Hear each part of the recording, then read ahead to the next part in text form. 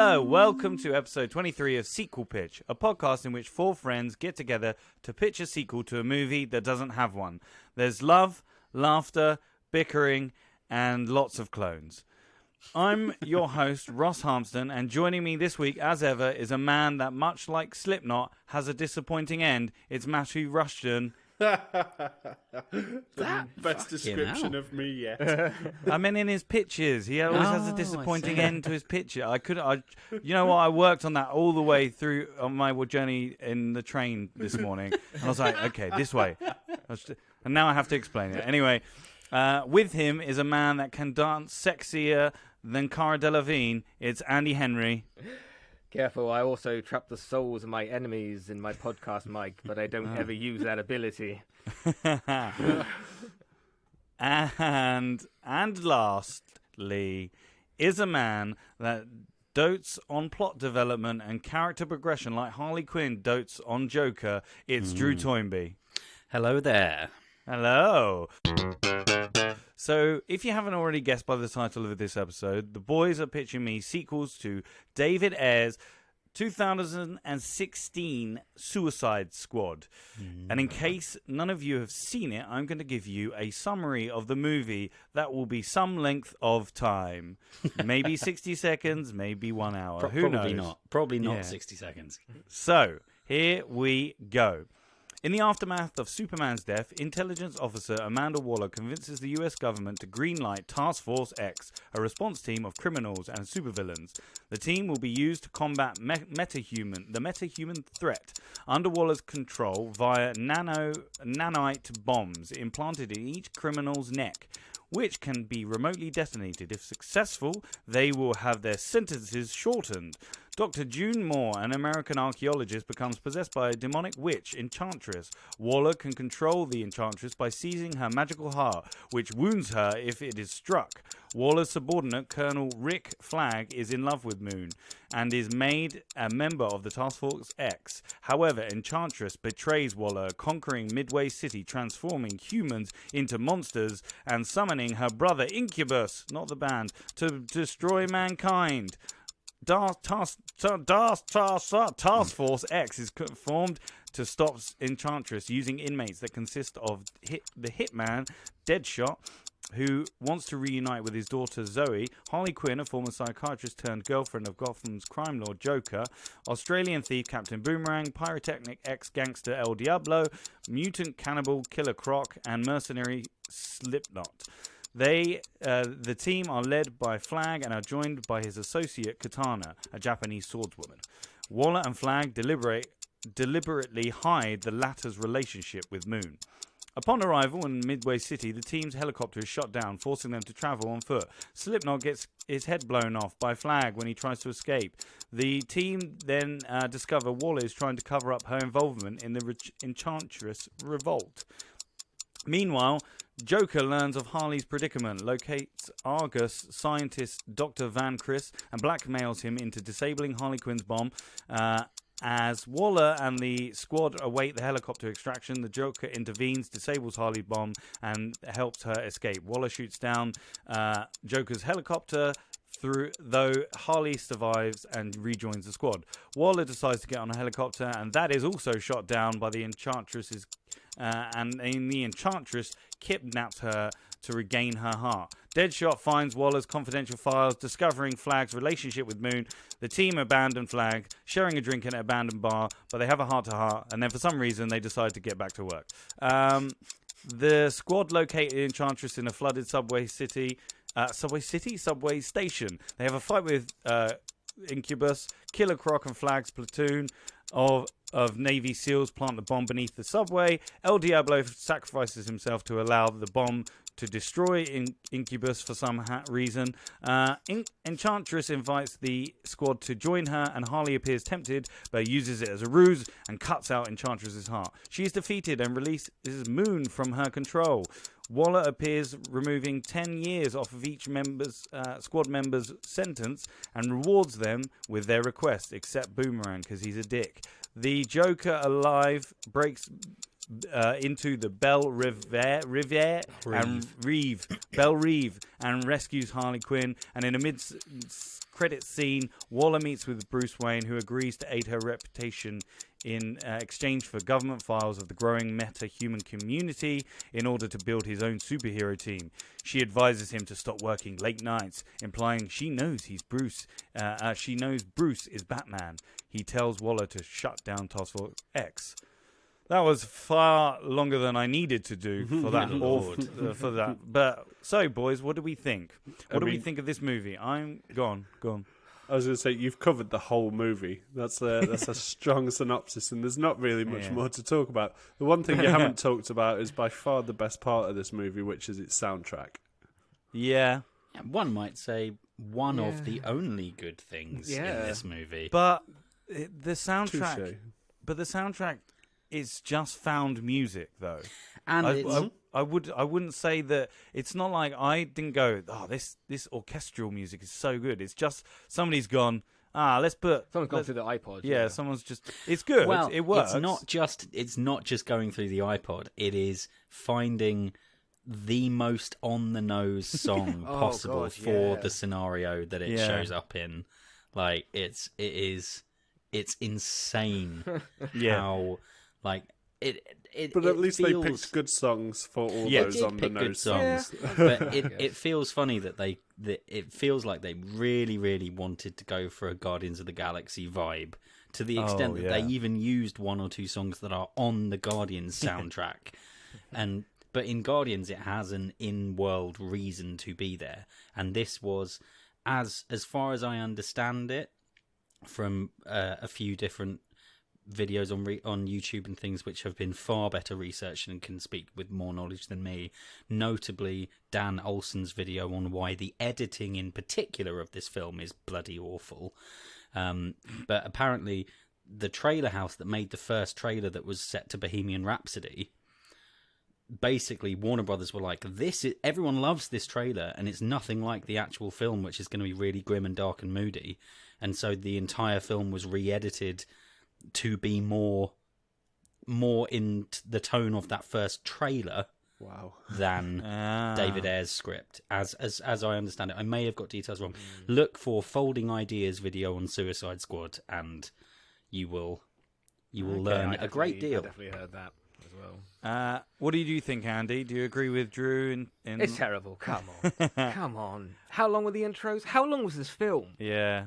How long were the intros? And then, like, and then it gets into it, and then all these characters, basically, some have relevance to what they're doing, some don't, some are pointless, like Katana, literally, like the sword that...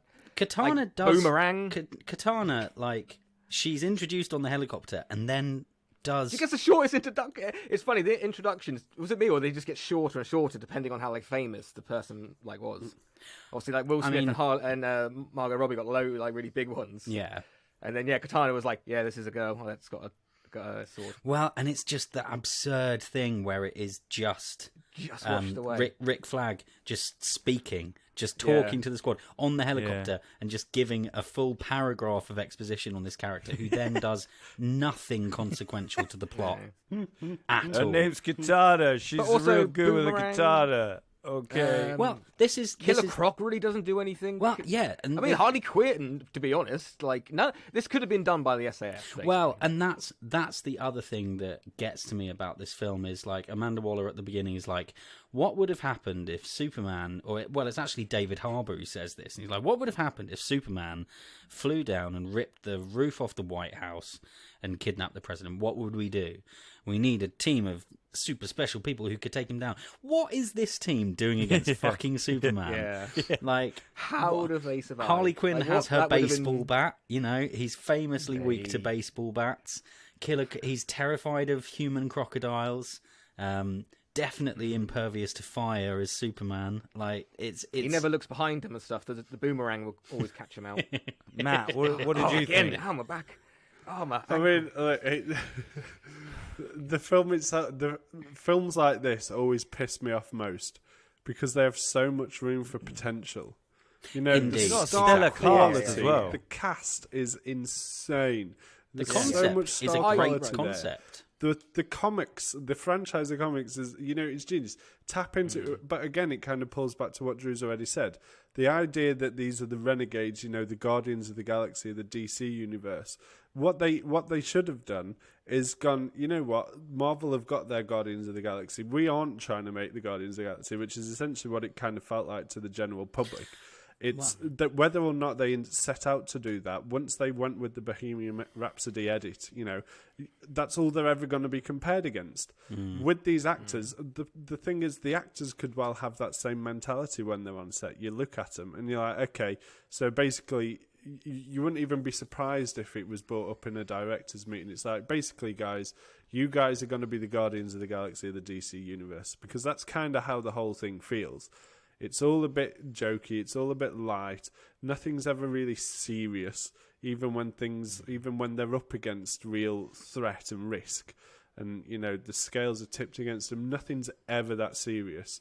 The whole sacrifice of El Diablo could have been amazing, but it was so underplayed. How many of this Suicide Squad die? Is it 2?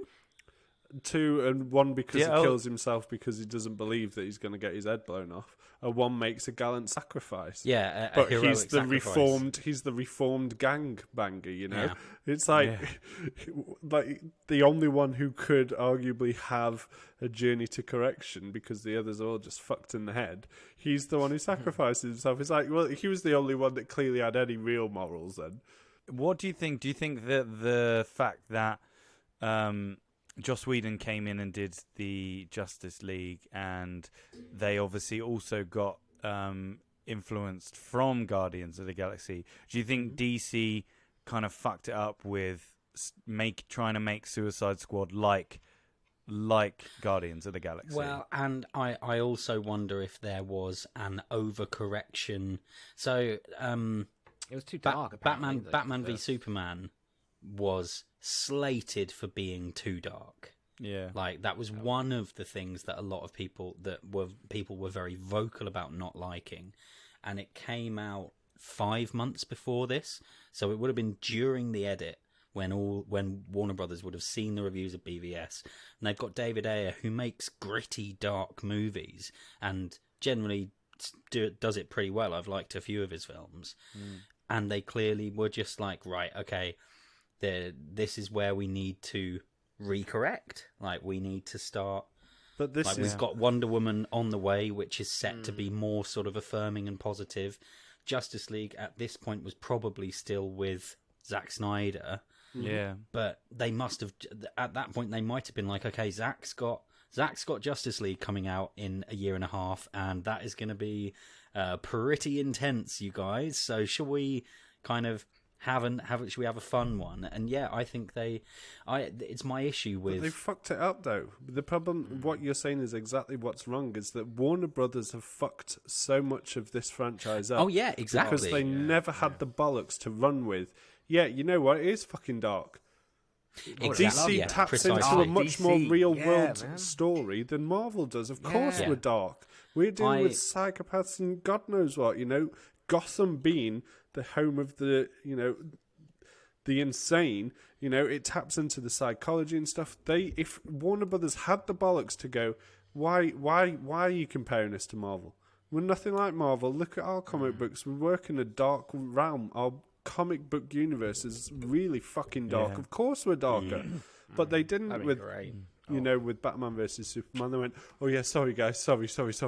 And because of that, it then fucked up the next stage of it. Exactly. And they found their feet a bit. Like Aquaman, Wonder Woman is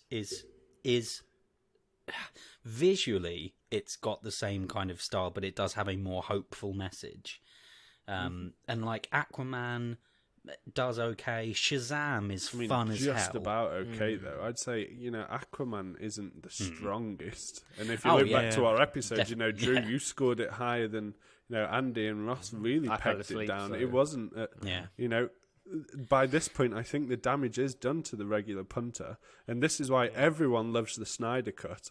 And Warner Brothers must be sat there going, we fucked it, guys. We fucked it. Because Yeah. if they'd just stuck with the dark trajectory and gone, you know what, yeah, this isn't going to appeal to those of you that love the Marvel Universe, perhaps you're not going to like the DC Universe then. Sorry, can't win everyone. But then at least when they got to Justice League, and if they'd stuck with the Snyder Cut from day one, obviously before everything went wrong on production and what have you, and, you know, Snyder had to step away, but if they'd stuck with that darker tone, then perhaps they wouldn't have had the success they've had with the Snyder Cut since.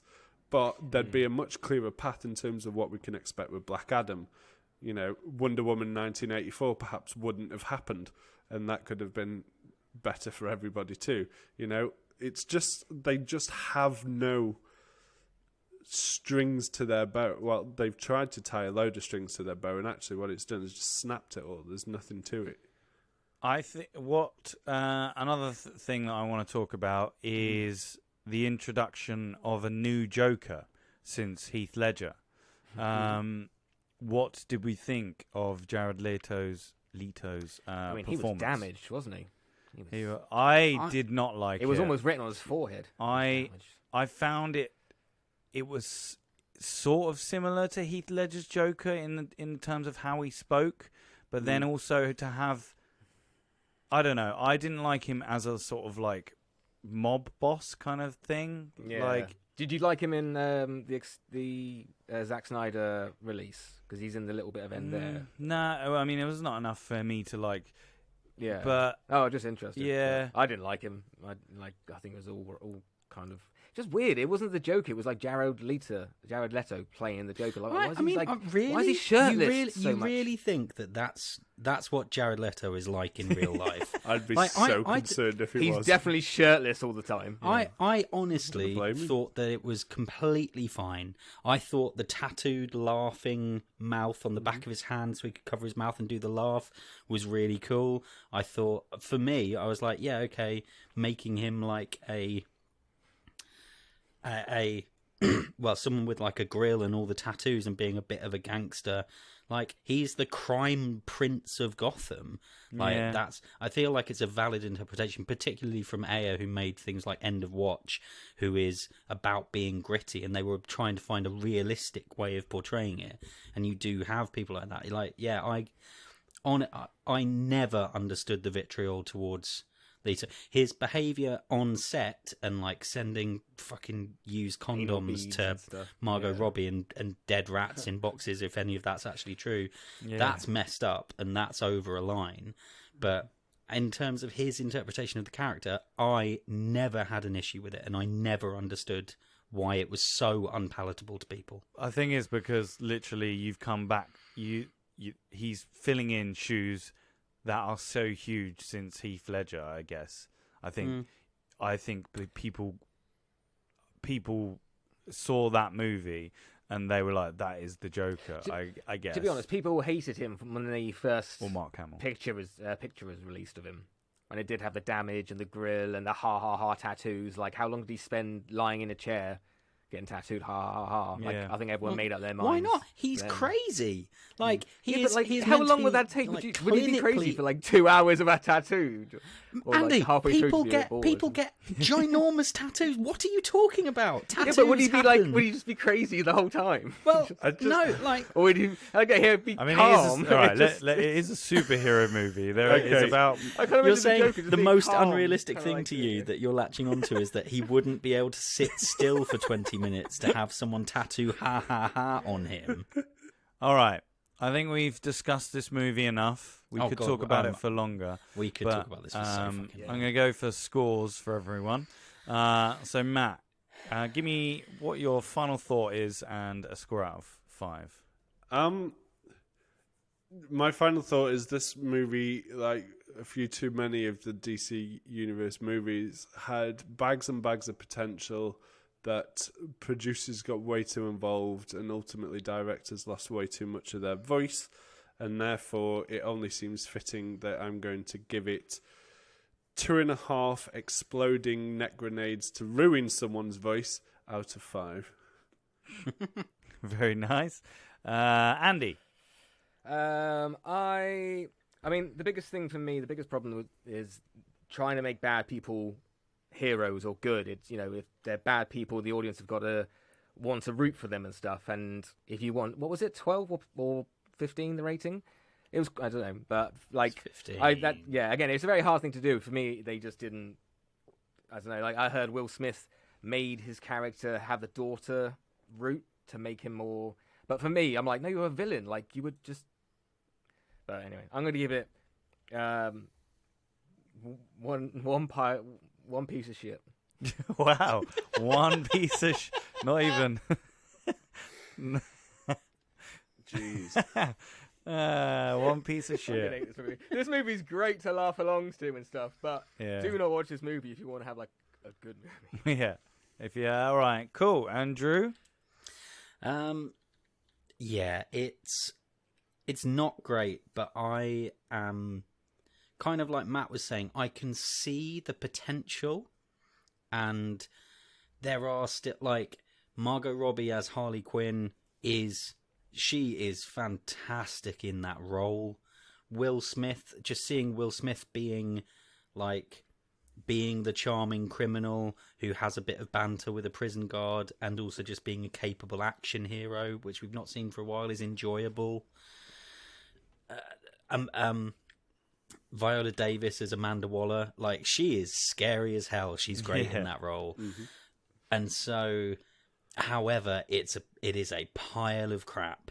It has been absolutely butchered. It makes no sense. We haven't even covered 10% of the ginormous plot holes in this movie that just make absolutely no sense.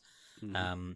So I am going to give it 2 briefly randomly introduced characters who do nothing for the rest of the movie out of 5.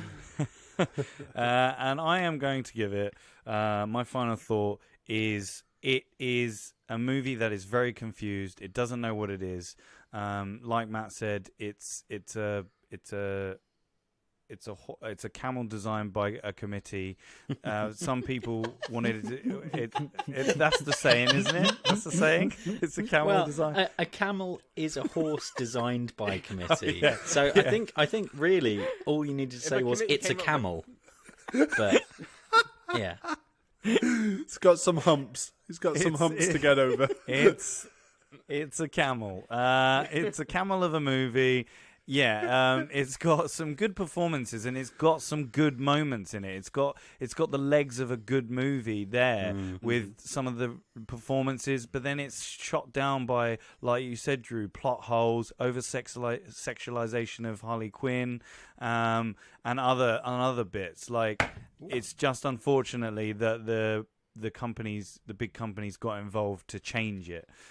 It would have been interesting to see what it was. So I'm going to give it 1.75 Jokers surrounded by a circle of knives and guns and going, babies. He laid all those out. That mental man spent an hour and a half laying all those out. You think that's Andy? Is that something a sane person does? Do you do that? Do you get your knives out, lay them out?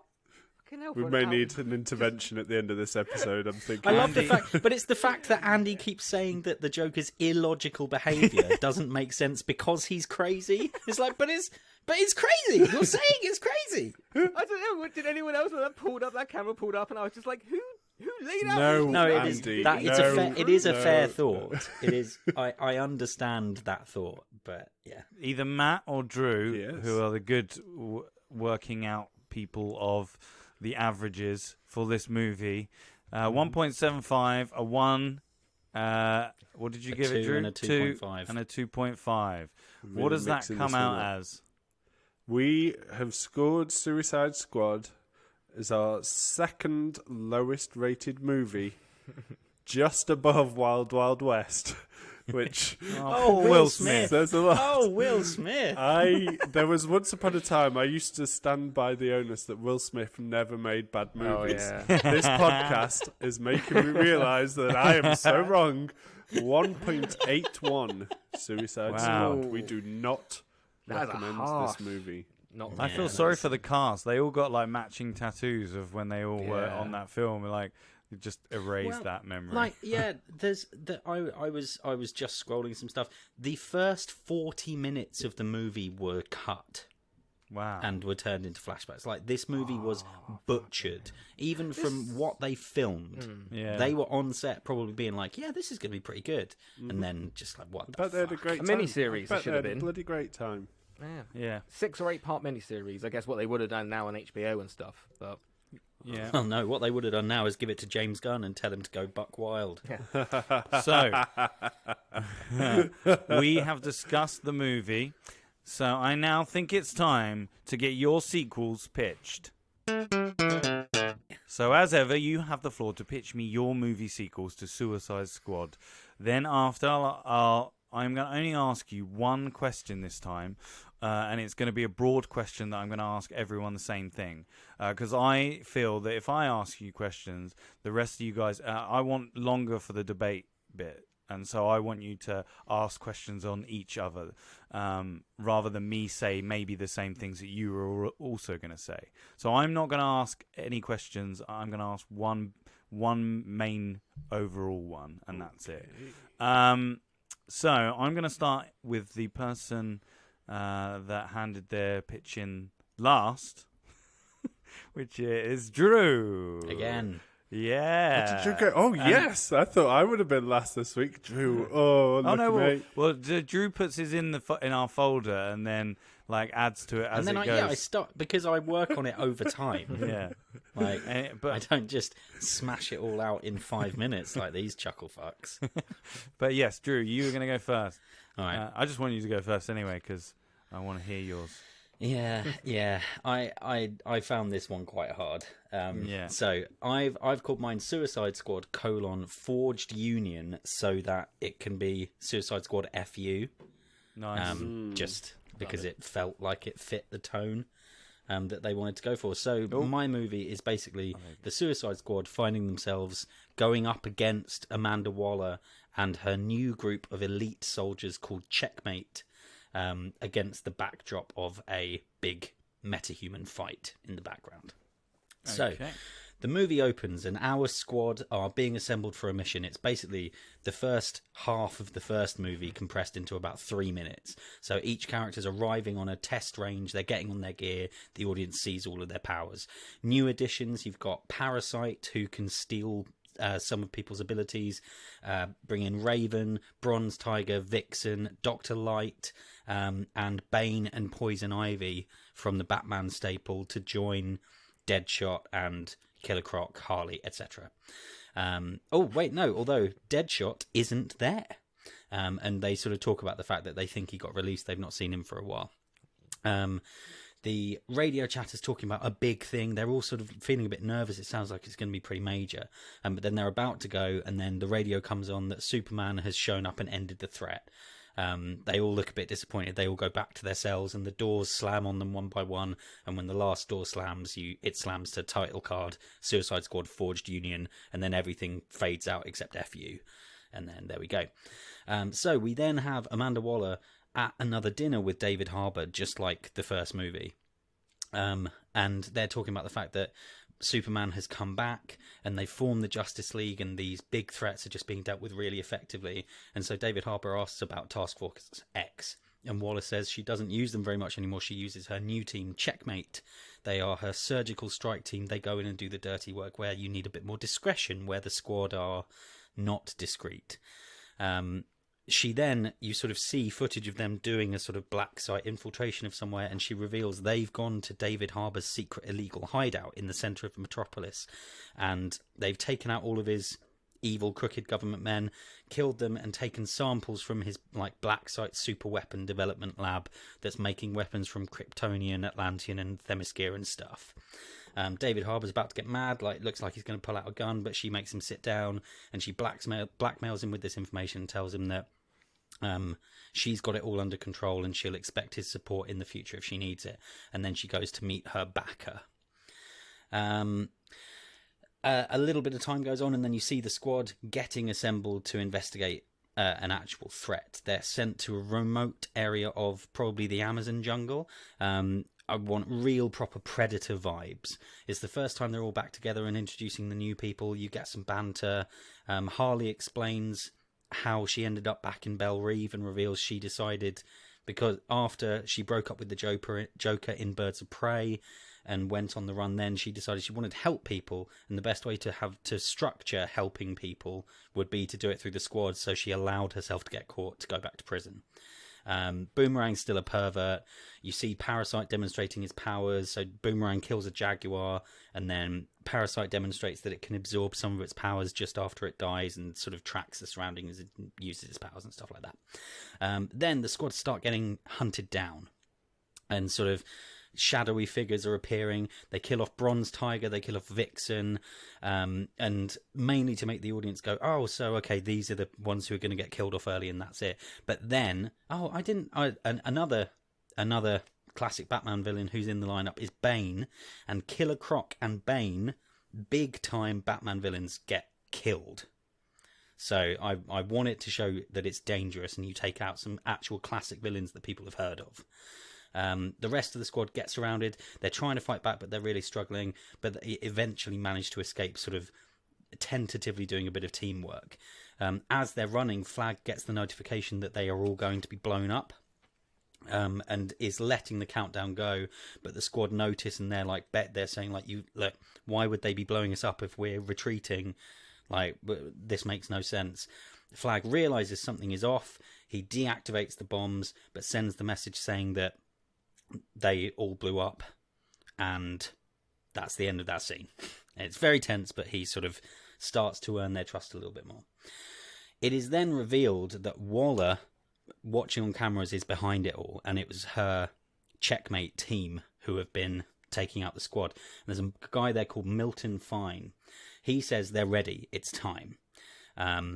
The Checkmate team are collected in high-tech ships from the jungle. They're transported to Metropolis, where they start causing absolute havoc with their what appear to be metahuman powers. And Superman, of course, arrives and starts to fight them. And you have sort of big action scenes, but not showing Superman too much in case Henry Cavill isn't coming back. I don't know what the studio are doing at this point, so I'm kind of handling it like Shazam did. And maybe you just only ever see him from the back, but you still do the big fights. Flag and the squad pick up transmissions that something is happening in Metropolis. Flag takes over the troop transport that's there to take him back. They all take it over and they go to Metropolis. They start getting to the city and they start saving people, because that's what Harley's kind of pushing for them to do. The rest of them just want to work out what's going on and why they were going to be killed. And you sort of see the public is still scared of them, but Harley is pushing them to do better. They start encountering these metahumans at the sort of edge of the fight with Superman, and Parasite tries to take on their powers but realizes he can't because their powers are all mechanical in nature. They've been done by machines. They sort of look around, they fight a few more, and they realize that the damage is happening kind of everywhere in the city except for one sort of tower block that has been completely unharmed. The squad and the Flag head there as Superman is starting to get overwhelmed by the Checkmate people. The squad, starting to work better as a team following Harley's lead, fight their way up and find a command center. Katana sacrifices herself so that she actually does something useful and lets them get in. The team realize that the masked metahuman who kills Katana is Deadshot. He's gone mad. It's Will Smith basically just in for a cameo. He barely manages to tell them through his modifications that he wants to die, that Waller's been modifying people to be like her private army, and they kill Will Smith. He's gone. He's out of it. He's in it for literally 2 minutes. And they realise it's Waller. They go in, Harley pushes ahead, and Waller sort of surprises her. She stabs her. Waller's dying. Flag then is like, no, she needs to be alive. Keep her alive. And the team are like, what, why? And he's just do it. So they're putting compression on her wounds. They're keeping her alive. He shows up. It looks like he's sort of turned back and he feels bad. But then he sends Parasite in to learn from Waller. Parasite touches her, learns stuff in her brain, takes on information from her, and learns how to shut down Checkmate. Checkmate are coming there to try and stop them, but they manage to sort of send the kill code. They all lose their powers. They just become normal people. And then Flag lets Waller bleed out. All the while she's protesting that this was the only way that to make sure that the world would be safe from Superman, he needed to be taken out. They also finally learned the location of Milton Fine. They confront Milton and discover that he is the classic Superman villain, Brainiac. He is a cyborg created on Krypton that went haywire and went out in space and has followed the final Kryptonian. He analysed all of the people in the world and targeted Amanda Waller to manipulate, as she was just so willfully driven, so convinced that she's always right, and had access to huge resources. So he persuaded her of Superman's eventual turn to darkness, and she kind of went along with it. He tries to do the same with the Squad, and they might turn to him, but then they're just like, actually, no, we're not going to do that. Didn't you hear? We're crazy. And they kill him, discover that he was being mind-controlled by a psychic link. Brainiac isn't there for real, which leaves him available to fight Superman in a future movie if they wanted him to. And then the Squad have to go on the run with Flag because Waller was still working for the government as far as anyone knows. So they go on the run, they decide to go underground and try and do some good and a bit of bad. Who knows? The end. Very nice. Even throwing in a bit of a Guardian line at the end there. Well, yeah, I mean, that's what they've gone for. Like, yeah. I'm trying to match the tone that they. It still made a lot of money. It might not have been a critical hit, but 5 years later, maybe we'd get away with it. Okay, my question for you. This gives Andy and Matt a chance to hear what I'm going to ask them as well. Is why this story? What are you trying to say in your sequel? And what new thing are you bringing to the table for Suicide Squad? See, you said you were going to ask one. It sounds like you've asked me 3 questions. Well, it's kind of like one. You can just answer. What are you trying to bring to the table with your Suicide Squad? So, I think it's interesting that Andy said that they should make it a mini-series. It for a film series, you need growth and change. If it always ended with them going back to prison, and then they come out and do another fight and then go back to prison at the end, it doesn't feel serialized. It feels really episodic. That would be fine for a TV show. It would be a cool TV show, but I don't think it would work for a trilogy of films. I wanted Amanda Waller to have more of a character in the film because I think that she is really interesting and it's a wonderful performance, and Viola Davis would do a great job. And I did a bit of investigating, seeing what kind of I found out about Checkmate. That's from the comics, and that Waller has this other team who are super cool. And I was like, oh well, that seems like an obvious thing to have, like jealousy or rivalry between them. Mm-hmm. And if I had more time in my real human life to crack the story, I'm sure I would have wanted it to be more about a rivalry between these two teams and be a bit more comic. But I kind of ran out of time, and so I just thought, right, okay, I like the idea of addressing the fact that Superman can fix all the problems, so the Squad have fuck all to do. And then I was like, oh, okay, well, let's have a big fight going on in the background. So you've got the big superhuman fights, but our Squad are doing something smaller and more on the ground, but in the midst of it. And that's how I ended up with what I have. Very nice. Thank you, Drew. Thank you. You may relax. I'm going to go with Matt next. Ooh, okay. Matt, what is your sequel for Suicide Squad called? Okay, my title is Suicide Squad Second Sight. Second Sight, very nice. So it's a natural sequel that also serves as a precursor to a couple of upcoming DC movies that are also lined up. Second Sight begins to tie in the Suicide Squad to the wider DC EU, ready for Justice League 2. Okay. Very nice. Shall I begin? Yes, your time starts now. Oh, time. Okay. We open in Balreeve Penitentiary once again, and we see Floyd and co from the first movie doing exactly what they were in their introductory scenes from the first.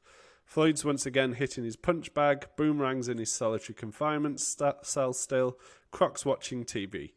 The only signs that time has moved forward are the rewards from the first movie. We cut to Harley's cage and she's not there. The room's dark, it's been left with a hole in the wall, and we fade to black. We fade to the title. Suicide Squad Second Sight, and it's Harley Quinn's hammer, CGI, smashes through the wordage to suggest that she's still very much in the movie.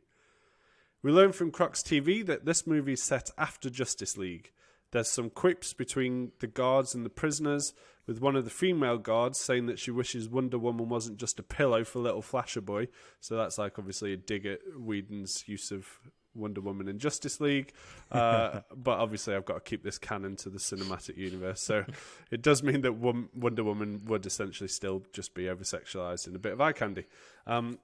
We learned that the Suicide Squad, or Task Force X, is now joked about as Task Force X, as in ex-girlfriend, ex-lover, also like no longer important. This is actually met with a surprising amount of resentment from the members of the first movie, where clearly they have lingering feelings of purpose, and they were tied to what they achieved. There's a sense of time passing through, like a montage of their daily grind and their daily lives, which then the montage is interrupted when each of them is summoned out of their cages and their cells and brought to Waller. Stood next to Waller is the face of a man whom some may recognise. It's Joe Manganiello. I can never say his name, a.k.a. Slade Wilson, a.k.a. Deathstroke. Floyd immediately tenses up at the sight of him, and there's going to be a bit of a storyline running through the movie about their resentment towards each other. Perhaps like Deadshot was captured because of Deathstroke's tip-off or something, and a job went wrong. Anyway, there's exposition dialogue, and the team are essentially dispatched to track down and bring in the Joker and Harley Quinn. Bad times, they're going against one of their Suicide Squad buddies. So the movie progresses a little, and it comes to light that it's all a ruse. And the actual reason that Deathstroke's there is to try and recruit the Suicide Squad to work for Lex Luthor in him, as they're plotting obviously to tip the scales in their favour against the new meta-humans, the superheroes, etc. Floyd refuses straight up, but Boomerang and Captain Croc both accept. Waller tries to activate their grenade necks, but it turns out that Lex Luthor's blocking it through some trigger mechanism and some gadgetry that he's got. I'm sure he can work that out. And the necklaces are then detached from those two and both attached to Floyd. Basically, once Luthor leaves, those triggers are going to go off and it's going to blow Deadshot up. But he manages not to die somehow. I'll let the writers work that bit out. And he's picked up by Waller. Watching in the shadows is a pair of familiar red and blue shorts and legs. Sorry, I mean, it is the Whedon universe, so it's going to probably be a really cliche butt in the camera shot. Anyway, Floyd gets a lot of shit for letting them escape and is threatened that he'd better find a way to track them down or he'll never see his daughter again. Just as the tensions rise, there's a laugh that shrills through the room. Of course, it's Harley Quinn and some of the birds of prey. I put this in quotes, but I'm not going to try and do her accent. You were looking for me, lady. Well, here we are. Oh, but we aren't staying. We're just here to say hello to an old friend. And she smiles and winks at Deadshot. Turns out they saw everything and they were approached by Deathstroke similarly, but they managed to get away from him after he tried to kill them for refusing. They've got a bone to pick with him and now they want in, but only because they want some better friends, inverted commas. So, basically, Deadshot and the Birds of Prey hunt down Deathstroke with a couple of, and the two traitors, along with a couple of new Suicide Squad members. You can introduce people like Bronze Tiger, King Shark. They can have some exposition and backstory filler through the movie, but I haven't written it in. Quinn makes a comment that the Suicide Squad is her new favourite petting zoo to match all these animals that keep appearing and referenced through different villains. The two factions end up meeting and fighting lots. Bronze Tiger or Killer Shark can die, probably Bronze Tiger, as he doesn't appear in the comic book franchise so much. One of the traitors, Killer Croc, let's kill him off as well. He can die in some really cool way. Eventually, the Suicide Squad get their foothold and Lex Luthor and Deathstroke escape. The problem is, as they're getting ready to take in Captain Boomerang, there's suddenly a darkness and a load of flashing yellow and a glint and a giant of a man has stood in their way. It's fucking Black Adam, innit?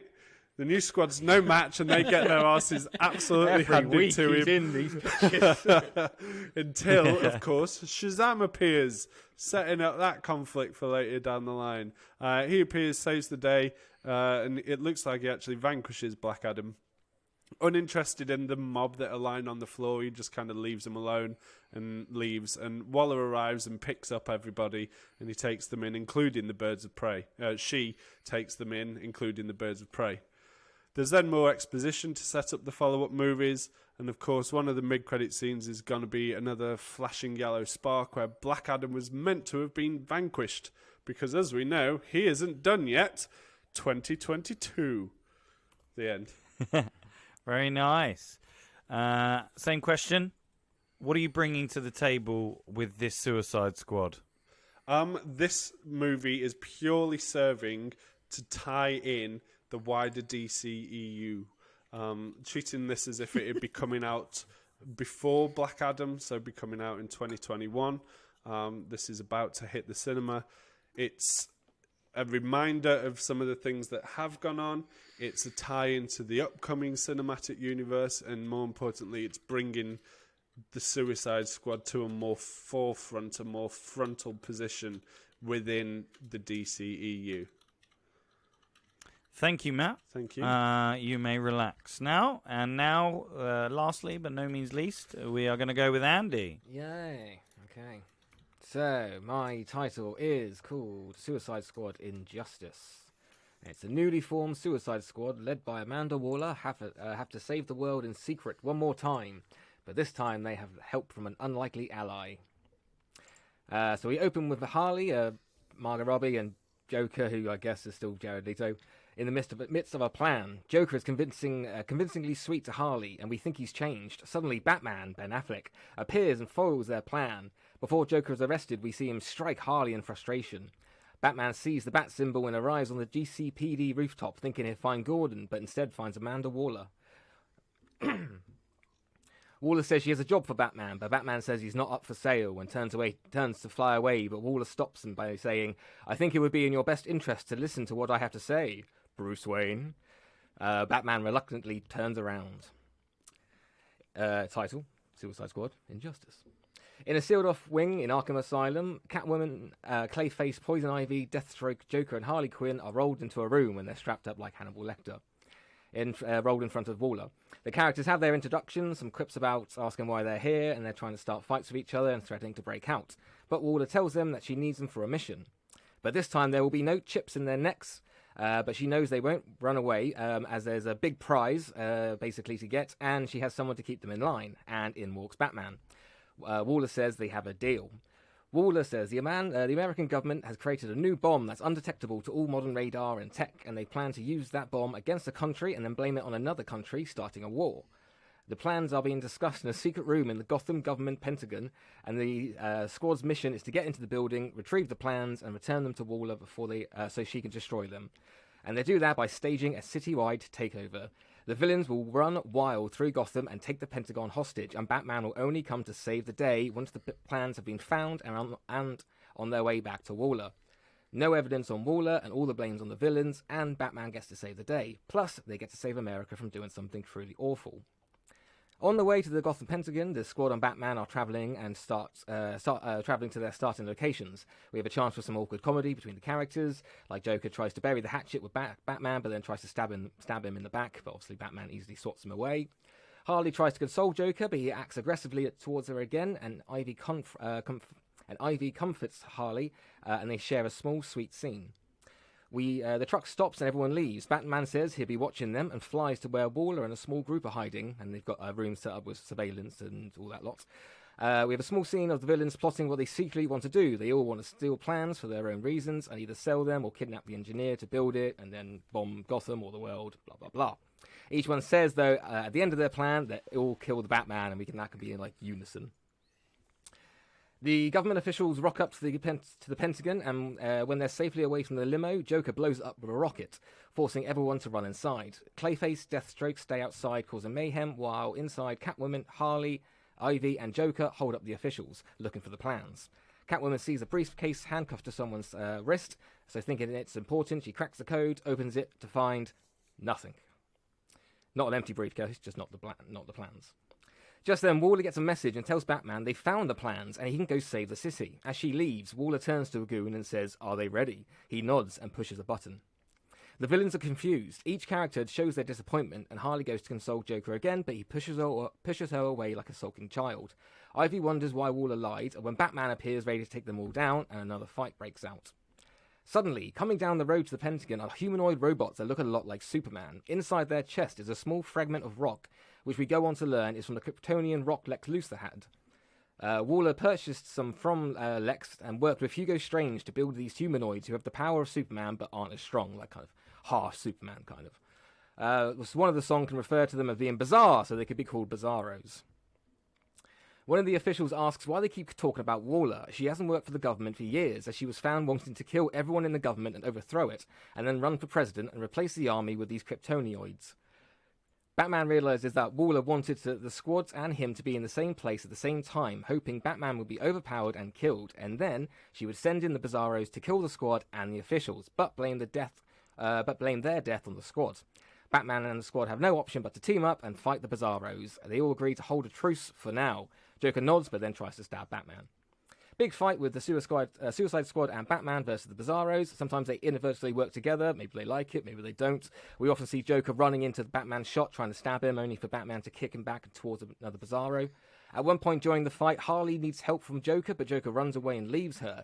Ivy comes to help Harley, and they escape just before an explosion goes off. There's a moment between them. Eventually, they defeat all the humanoids, and Batman says he will give them a head start as he has to go stop the real villain. As Batman goes to where Waller last was, he sees the room is empty. The squad go their separate ways, and the Joker beckons Harley, but she hesitates. Joker orders Harley, but she refuses, and instead walks over and holds Ivy's hand. Joker, pissed, runs away, and we end on a what now style ending. And the same question to you, Andy. What does your Suicide Squad bring to the table? Mine brings characters you already know and love, because I use the Batman universe, because no one cares about any other characters except for Batman. And I wanted to bring a good, fun story. I wanted to bring all the idiosyncrasy. I wanted to bring little things to the characters, but I just didn't have time. But yeah, I just wanted another fun, big story that at the end kind of leaves everyone open. Well, thank you. I've listened to your pitches, but now I think I'm going to leave it open to you to ask questions, to argue, to fight, to draw blood upon each other's pitches. And then after that, I will make my decision upon who I think will win. So the floor is yours. Whoever wants to go first, go first. I'm going straight in because it feels really good to be sat on the other side of hearing a 2-act pitch. Andy, what the fuck happened to the rest of your movie? Like, thanks for the first half of it, but what happens in the second half of the movie? Is that going to be your trilogy pitch? No, you got the first half, the first act where they learn the plan and they have to go do it. Uh-huh. Second half, they're traveling and they have their all little bits, and we got goons and we're going to do this and all that lot. And then end of Act 2 is when they learn the big secret, and then big Act 3 fight, and that's the end. Okay, sorry. I mean, yeah, I don't. I feel like you said that if you went on 2 acts, I've got a pretty good chance then. Yeah,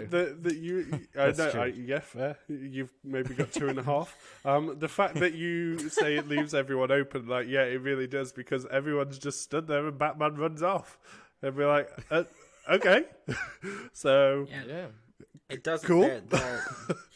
I like the resolution that Harley has kind of abandoned Joker and gone over to Ivy. That's a lovely nod to the cartoon, which is out at the moment, which is bloody great.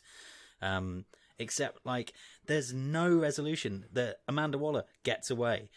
Batman lets everyone get away. Joker gets away. There's not much of an end. Mm-hmm. I also enjoyed the Gotham Pentagon. Yeah. Like, the Pentagon's in Washington, and there's just one of them. No. There's another one for every city. Yeah, there's another one in Gotham. I want that. You've added that. I was so tired. I wrote the White House first of all. The first draft had White House all the way through, and I was like, "There's no White House in Gotham."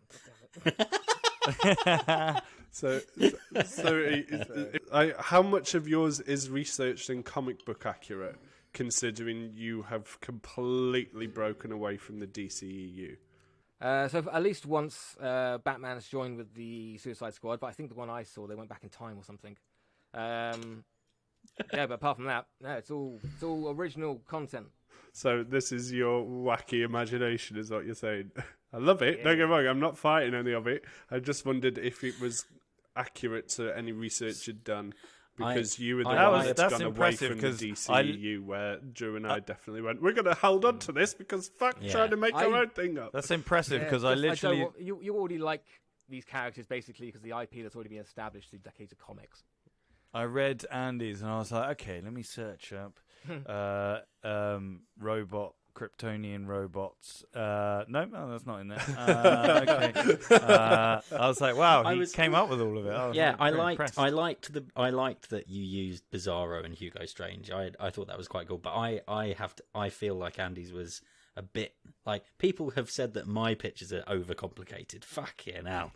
Andy's felt mad. I also, like, Batman is meant to be the world's greatest detective, and I really do struggle, and this might be a personal thing for me, I struggle with the idea that Batman would be like, yeah, let's let my greatest nemesis and all of his mates run riot in the city without bombs in their neck, and I'll go in afterwards, rather than say, me, the cleverest sneaky ninja in the world, just going in on my own and getting it. If it was his film, I agree.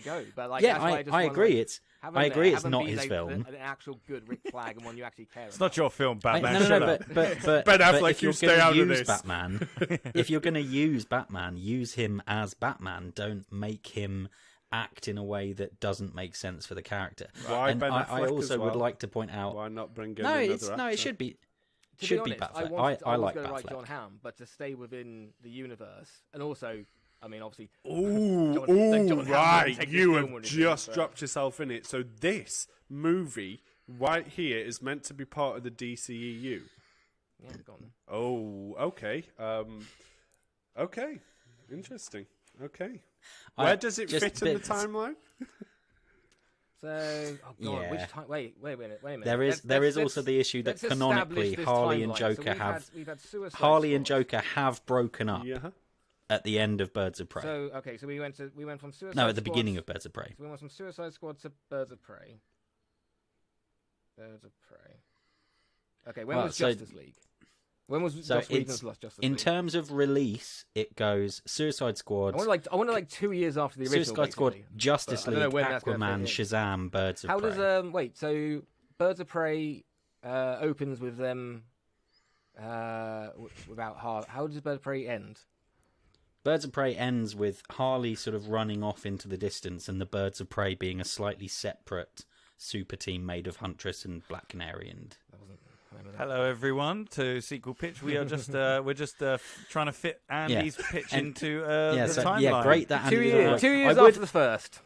Okay, so just after Justice League, fine. That's fine. If it's 2 years, 2 years in the universe or 2 years. But you guys have talked. Hold on. Yeah, all right. One more point, Drew, because you've all talked about Annie's and Matt's and Drew's have not really come. I mean, I haven't exactly. gone off yet. I want to talk about Matt. I love that Matt comes steaming in and goes, "I'm having a go at a 2-act movie." Here's his 2 acts. Yeah, come on, Matt. Barely 1 act. The first half is all the setup, and then the second half is the fight at the end. Yeah, right. Doesn't need an act 2. Yeah. I've given you an act 1 and an act 3.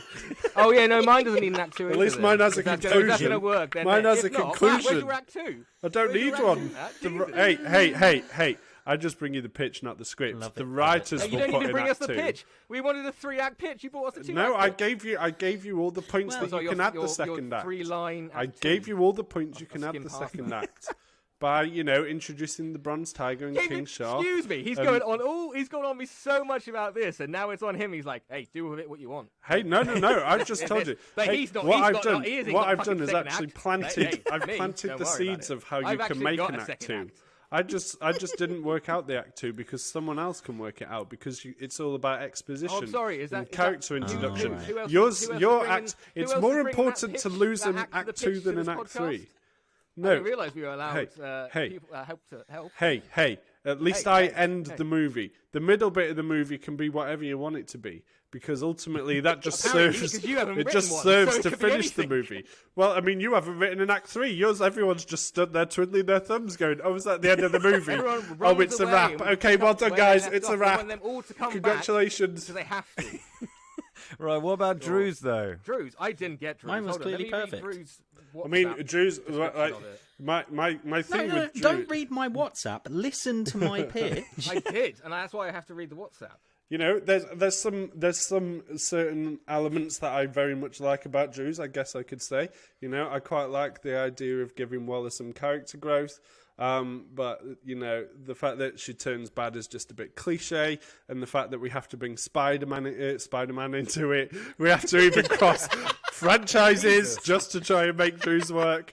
No, the fact we have to bring Superman into it. Things like using Bane is such a wasted character when he was such a strong character in the Batman trilogy. Are you using? And then you suddenly just kind of go, oh, to show how bad this is, they die straight away. It's fine killing off an established character, but if we haven't learnt about him, then we're not going to care as much. It's Bane going, it's Bane, played by some random, and then he gets killed. It's a bit like... Well, no, he'd be played by a big-name actor, but the whole point is, the issue that I had with the first movie is, the two characters who got killed off, no one's ever heard of. There was no jeopardy. If you set it up at the beginning that these famous Batman villains, and usually the Suicide Squad is primarily made up of Batman villains, but not entirely.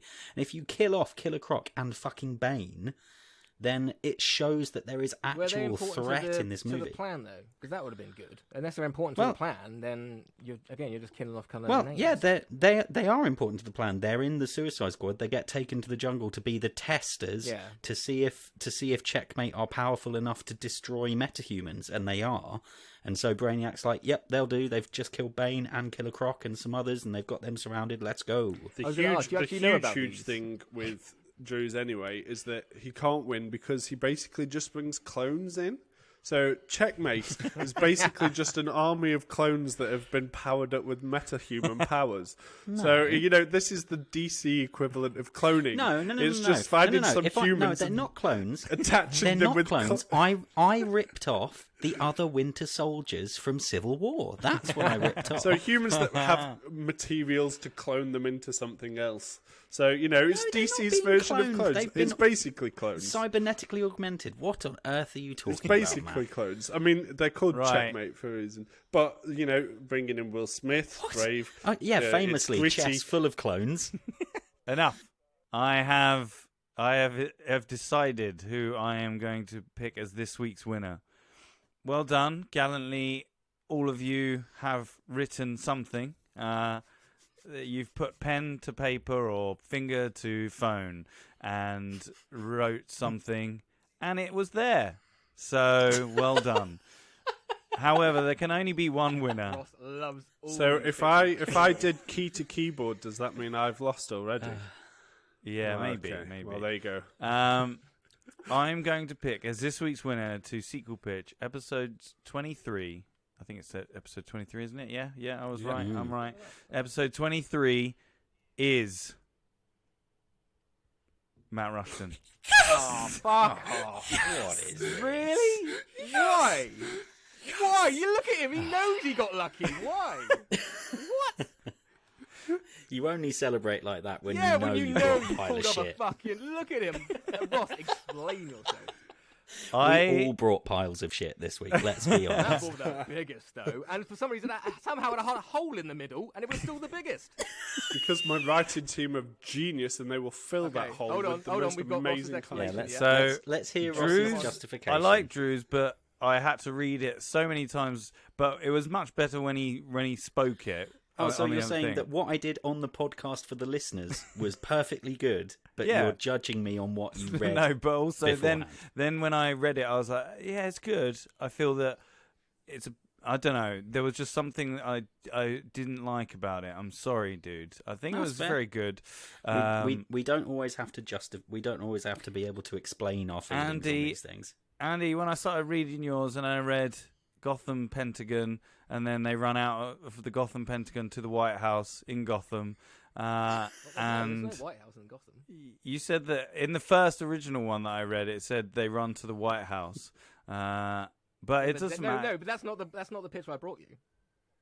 Yeah, I know, yeah. Which I'm not discounting. I'm just more the Gotham Pentagon thing. But anyway, it wasn't just that. I like yours in terms of like you're bringing a new load of Suicide Squad members and stuff, and you're bringing in Batman and stuff, and I like that. However, I don't know. I just felt that Matt's just fit for me more so than your two. I don't know why. I just had it in my head, even though I'm a fan of, a missing act, clearly, because I've done that twice now with Signs and now this. Yeah, both Matt. Both what's Matt's going on films here? as well. It's a conspiracy. Yeah, he did pay me, so just pay me after. So that Matt is our week's winner, and you are going to be picking our next movie, Matt. Yeah. What are we going to be doing next week?